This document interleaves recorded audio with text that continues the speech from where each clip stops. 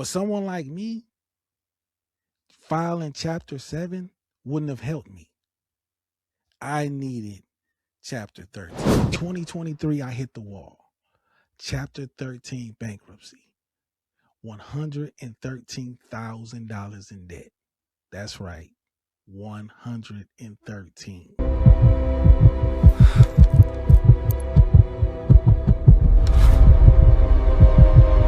But I never stopped contributing to my 401k. Actually raised the percentage.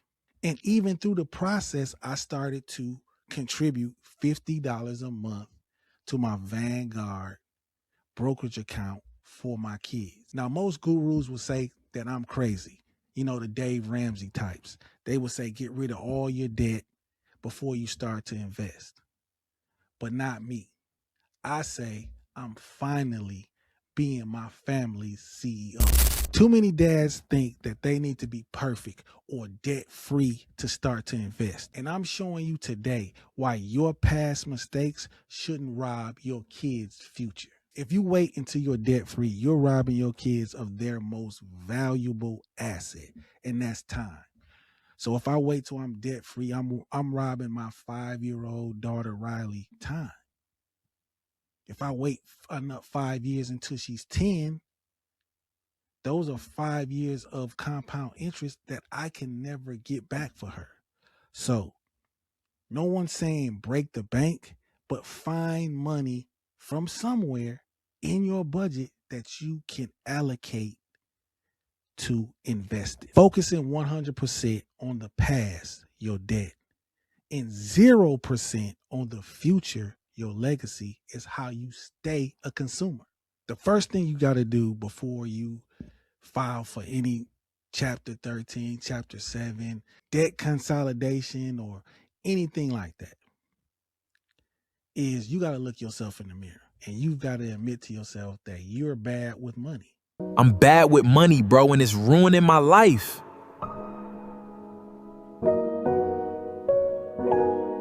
You're bad budgeting your money. You're bad spending habits. You might make a lot of money, but you living paycheck to paycheck. Not because you have to, it's because you're bad with money. That's the first thing you got to do.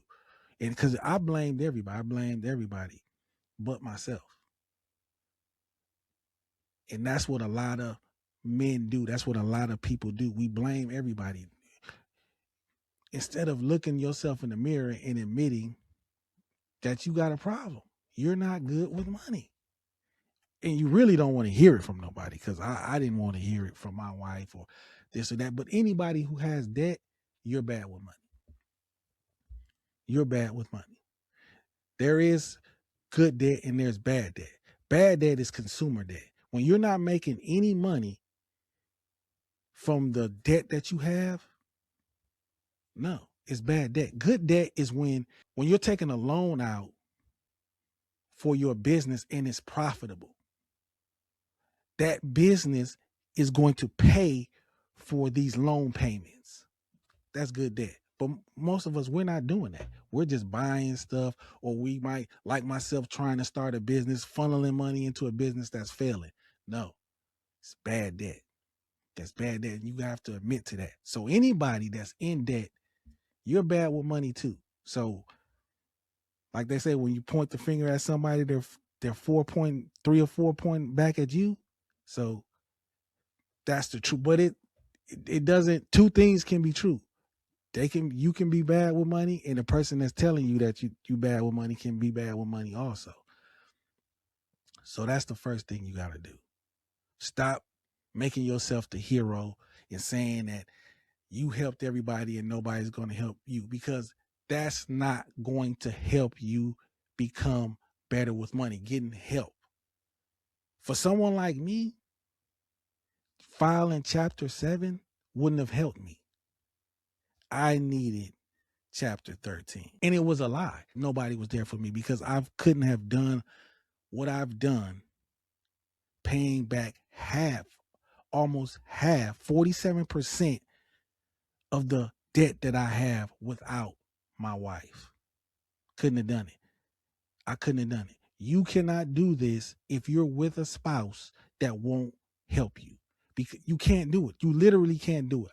I was talking to my bankruptcy attorney and he told me there are a lot of men who want to file chapter 13, but their wives won't let the judge, the trustee or the attorneys see their financials. If she won't let her financials go, there's nothing you can do. Your spouse has to turn over their week, their earnings, their accounts, their everything, because you can't be hiding money anywhere. Saying you can't pay these people back and you got $250,000 in the bank. No, you can't. Your wife's got $250,000 in the bank. But you want to go about it this way. No, you can't do that. So literally, that wasn't true. You have to come to grips with the mountain you have to climb first, and then go about doing it and admitting that you're not, as of this point, as of when you file, you're not good with money. So stop saying you are, because you're not. You might be good with investing, you're not good with money. Handling money, you're not good with, because if you were, you wouldn't be filing chapter 13 or chapter 7. But realizing, if I can do this, every time I get paid, whatever the trustee decides that I need to pay. But here's one caveat. When you're filing chapter 13, when you're filing chapter 13, you want to research the attorneys and find out who's going to help you get the lowest payment, the payments that you can afford. You don't necessarily want the lowest payment, but you want the payment that you can afford. If you owe as much as I did, you got to get a payment that you can afford, because you still got to live. You still got to live. You got this big mountain of debt, but you still got to live. You got a mortgage to pay. You got groceries to buy. You got you got utilities. You got kids. You gotta find a way and talk to an attorney. Try to get the best payment you can get. And they're gonna do what they can, but they're gonna tell you, look, you want to do this or not? Because once you say you're gonna do it, you don't want to get discharged. Just for the simple fact that you're going to get discharged twice. I think within 5 years. So I had one that got discharged because some paperwork, because I didn't file for my state return in 2019, and I said that I did, got discharged. Paid $10,000 in, discharged. So I had to do it all over again. So you only can do that twice. So you want to make sure, if you say you want to do this, you got to be willing to do it. But if you can discipline yourself to do that, how come you can't still discipline yourself to invest? Because look, time gonna go by whether you're doing it or you're not doing it. And compound interest is going to go by whether you're doing it or not doing it. So disciplining yourself and saying, hey, I'm going to put $25 away. I'm going to put $15 away. And the thing that helped me is I had to discipline myself as far as work too. When I was offered overtime, it's time to get it. It's time to go get it. It's time to put aside free time and stuff like, no, it's time to go get it. You've got this huge debt. You got to go get it. You got to get it. Don't, I firmly believe, don't ask for what you don't want, because you just might get it. So yes, I said I needed more overtime. I got it. So when I get asked to do it, I do it. I do it. I get up and do it. I discipline myself. I heard something that I know is true. A lot of people who go through the whole process of, especially chapter 13, you go from start to finish, come out better than most people who never done it, because you really learn to discipline yourself. You really see what you can do with the money that you have. Now, am I perfect? No. Do I still make mistakes? Do I still spend too much on lunch? Yes. Or take out food? Yes, I do. But I'm a hell of a lot better than I was. You might say, man, this dude is crazy. He's 50, $60,000 in debt, and he's saying yes, because I was 113. And I learned what needed to be done. Go out and get the app, the Rocket Money app. That's the first thing you need to do. That's the first thing you need to do, is go out and get that app, because it's going to help you see where your money's going. You think you can do it all in your head. You cannot. You cannot do this all in your head. You have to have some type of system. All right, time to get this money right. Let's see what's draining the funds. Okay, Netflix, do I really need it? Decisions. There, trim the fat. Feeling good about this. Don't wait until you win the lottery or some big windfall for you to start building habits. Create the habits and you become wealthy. Don't think you're going to get wealthy. You're going to get this big check, and now you still got the bad habits. You want to create the habits, and those habits will help you become wealthy. Nobody's coming to save you. Nobody's coming to save you. That's what you got to understand, and that's what you got to know. Nobody's coming to save you. You're either going to take care of this debt and still invest, or you're going to be pretty much, I don't, for lack of better words, ass out. So no one's coming to save you. You have to save yourself. You have to look yourself in the mirror and admit that you're not good with money, and that you need to go through this process, and that you going through this process, you're going to create the habits to build wealth.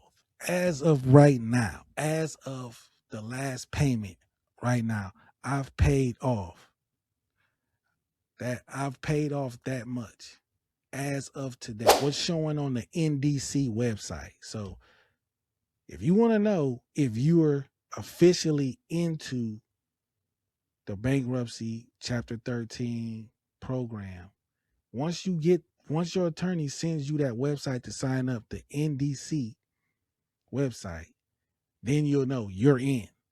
It's going to let you know how much you paid in so far. So, and it's going to let you know everyone you paid and where you at as far as what you owe and what you've paid into them. So until you get that website, until you get that website and you log into that website, you're not officially into the bankruptcy. Your bankruptcy filing isn't done. It's not done. You're still going through the process. So like I said, the first time I never got that. They never sent me that app. The second time, once it went all through, I accepted how much I was going to pay. Then it finally went through.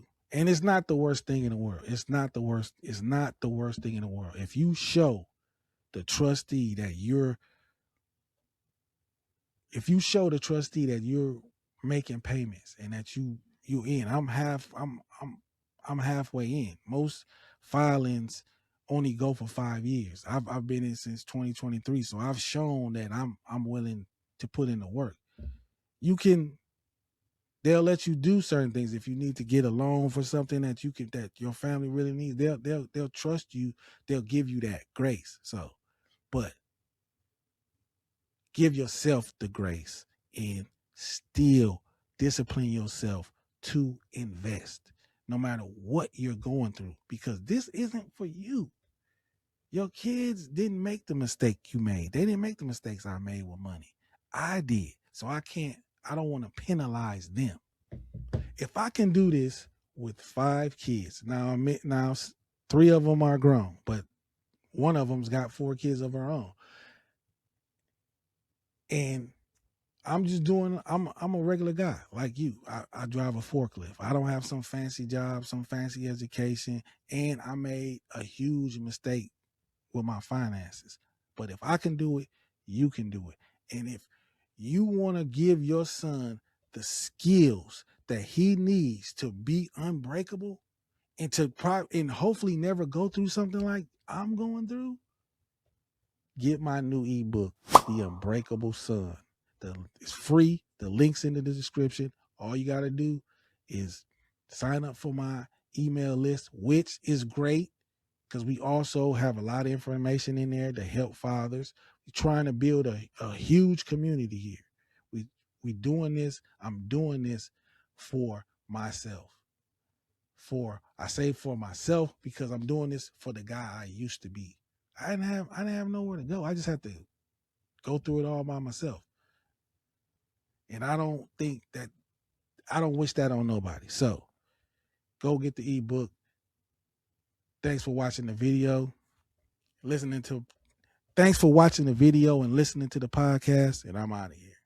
Peace.